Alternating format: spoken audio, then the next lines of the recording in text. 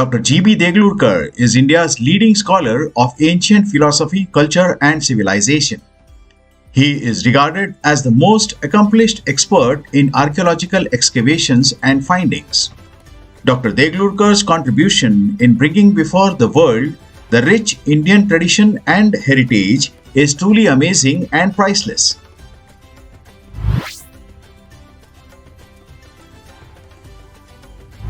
खूप सांगण्यासारखं आहे. आपले मूर्तिशास्त्र, आपलं मंदिर स्थापत्य, आपण सगळे लोक ह्या गोष्टीकडे फार निर्विकारपणे पाहतो किंवा तुच्छतेने पाहतो. अहो, एक मूर्ती घेतली नाही तरी त्या मूर्तीच्या द्वारे आम्ही आमचं तत्वज्ञान समृद्ध करून देऊ शकतो. वैकुंठाची मूर्ती आहे, 4 तोंड असतात विष्णूला, संकर्षण, प्रद्युम्न, अनिरुद्ध आणि वासुदेव. 4 तोंडाचा विष्णू असतो, त्याला वैकुंठ म्हणतात. ज्ञानदेव म्हणे हरी हा वैकुंठ, भरला घनदाट हरी दिसे. पण हे आम्हाला कुठेही माहिती आहे आज. सगळं पांचरात्र तत्वज्ञान ह्या एका मूर्तीत तुम्हाला मिळेल. अहम ब्रह्मास्मी, सोहम, ह्या सगळ्या गोष्टी मंदिरात प्रवेश करताना तुम्हाला दाखवल्या जातील. अशी मंदिराची रचना आहे.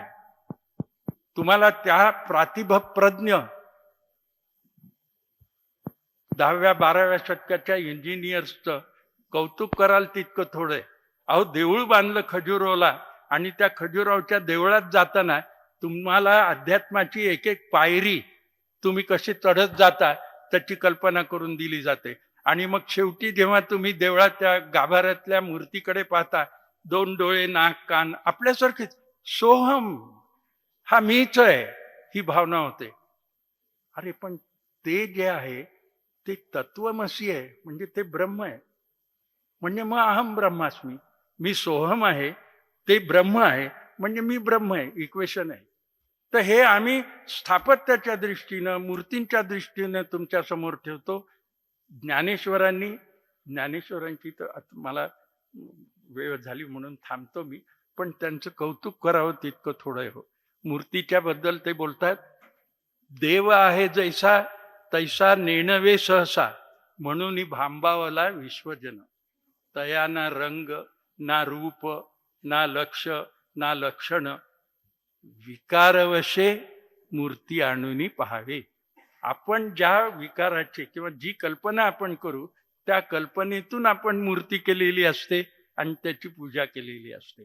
पण मला ओवी ज्ञानेश्वराची वेगळ्या अर्थाने आठवते ती ही, अतिंद्रिय ते भोगविन इंद्रिया करवी आणि अरूपाचे रूप दाविन. अरूप काय आहे हो? ब्रह्म हे अरूप आहे, त्याला काहीच नाही, अविभाज्य, गुण, निर्गुण वगैरे वगैरे, असं ते ब्रह्म आहे. म्हणजे अतिंद्रिय आहे. ते इंद्रिया भोगविन इंद्रिया करवी, हे ते अरूप आहे. त्याला रूप आणायचं म्हणजे काय? त्याची मूर्ती करायची. मी ह्या दृष्टीनं ती ओवी पाहतो. आणि मूर्तीतनं अतिंद्रिय ते भोगविन इंद्रिया करवी हे आम्ही आणतो. पण हे म्हणताना सुद्धा ज्ञानेश्वरांनी एक फार उपमा छान दिली.